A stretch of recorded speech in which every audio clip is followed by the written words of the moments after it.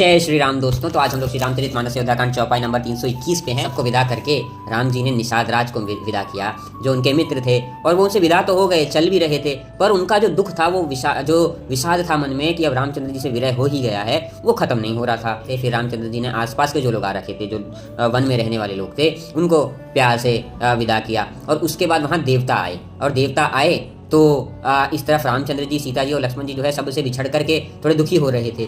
तो देवताओं ने अपना दुख सुनाया, तो रामचंद्र जी ने उनको आश्वासन दिया कि आप लोग चिंता मत कीजिए, सबका जो नियमित न्याय है वो होकर रहेगा। वो सब लोग भी जो है देवता लोग भी अपने लोगों को चल दिए, और फिर रामचंद्र जी, सीता जी और लक्ष्मण जी जो है अपनी उस परम कुटी में जहाँ पर वो रह रहे थे वहाँ पर लौट आए। इसके लिए तुलसीदास जी कहते हैं कि अब उन तीनों को देखकर ऐसा लग रहा है मानो ज्ञान, वैराग्य और भक्ति तीनों ही जन्म लेकर के स्वरूप में आकर के यहाँ पे रह रहे हैं। दूसरी ओर बाकी सब लोग जो थे वो पहले दिन तो यमुना जी पार कर लेते हैं, दूसरे दिन तक आते आते गोमती नदी, गंगा जी श्रृंगवेरपुर में पहुंचते हैं। तो पहला दिन तो बिना कुछ खाए पिए बीत गया था। दूसरे दिन निषाद राज सबके लिए बहुत ही अच्छे से प्रबंध करते हैं खाने पीने का, और फिर उसके बाद वहाँ पे विश्राम करके फिर वो गोमती जी में स्नान करके और फिर सीधे अयोध्या जी पहुँच जाते हैं, जहाँ पर जनक जी जो थे वहाँ 4 दिन रुकते हैं। उन 4 दिन में वो भरत जी राजपाट संभाल रहे हैं, तो उसके पूरे देख रेख करते हैं, पूरा एक तरह से लीड करते हैं, मैनेज करते हैं, और उसके बाद उन लोगों को विदा बोल देते हैं। वहाँ अयोध्यावासी जितने भी थे सब लोगों ने एक व्रत लिया। वो व्रत था कि जब तक रामचंद्र जी नहीं आएंगे हम 14 वर्ष तक अब सारे सुखों की जो कामना है वो उनके आने पर ही करेंगे, और बाकी जो चीज़ें हैं उनका त्याग कर देंगे।